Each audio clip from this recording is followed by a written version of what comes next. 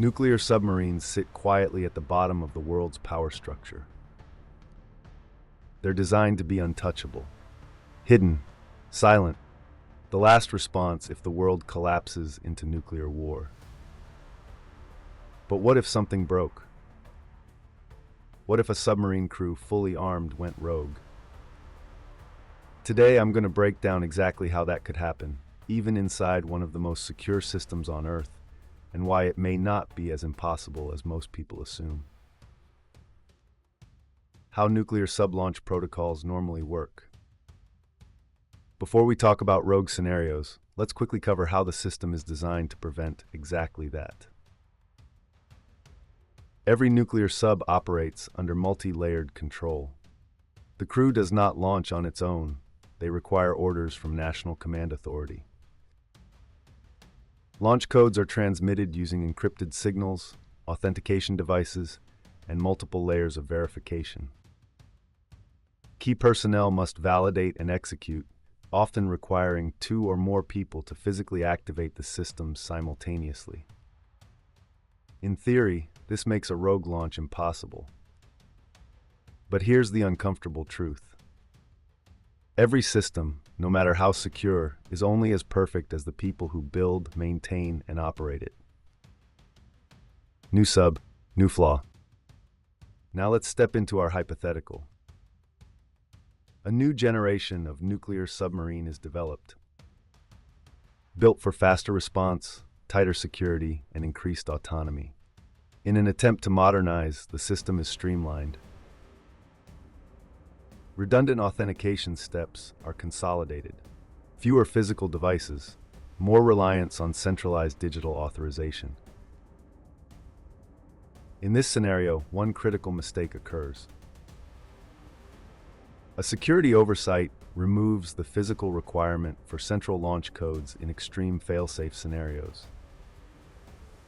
The thinking: if national command is destroyed, subs must retain independent strike capability.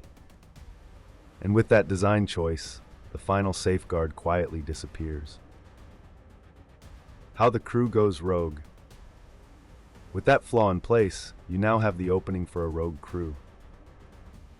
Let's say an extremist commander, a tightly loyal bridge crew, coordinated mutiny, limited or no resistance from lower ranks, either neutralized or unaware. Once secured, the rogue team controls the sub's location, missile launch systems, targeting. At this point, the only thing stopping them is themselves. Could the sub actually launch? In this scenario, yes. Once inside this rare failure design, the rogue crew could physically launch sub-launched ballistic missiles, multiple nuclear warheads, range capable of hitting multiple continents. The world's most terrifying strategic weapon, in the hands of a team no longer following orders.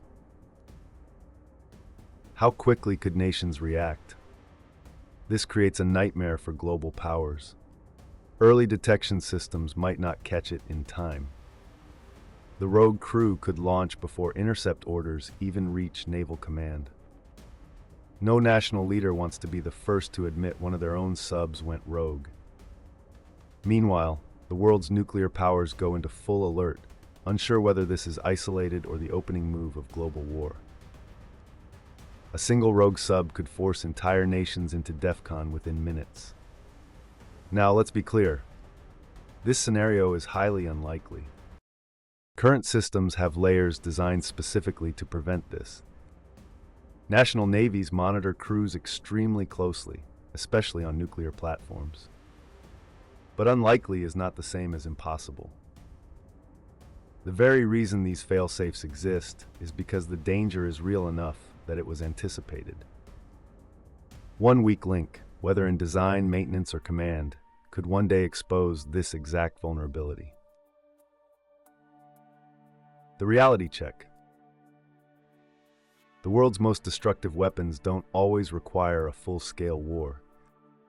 Sometimes one crew, one design flaw, one bad decision, that's all it would take to put the entire world seconds away from irreversible destruction.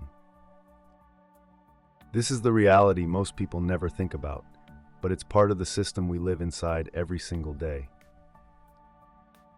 If you found this breakdown valuable, please subscribe, because this is just one small piece of a much larger system that's far more fragile than most realize.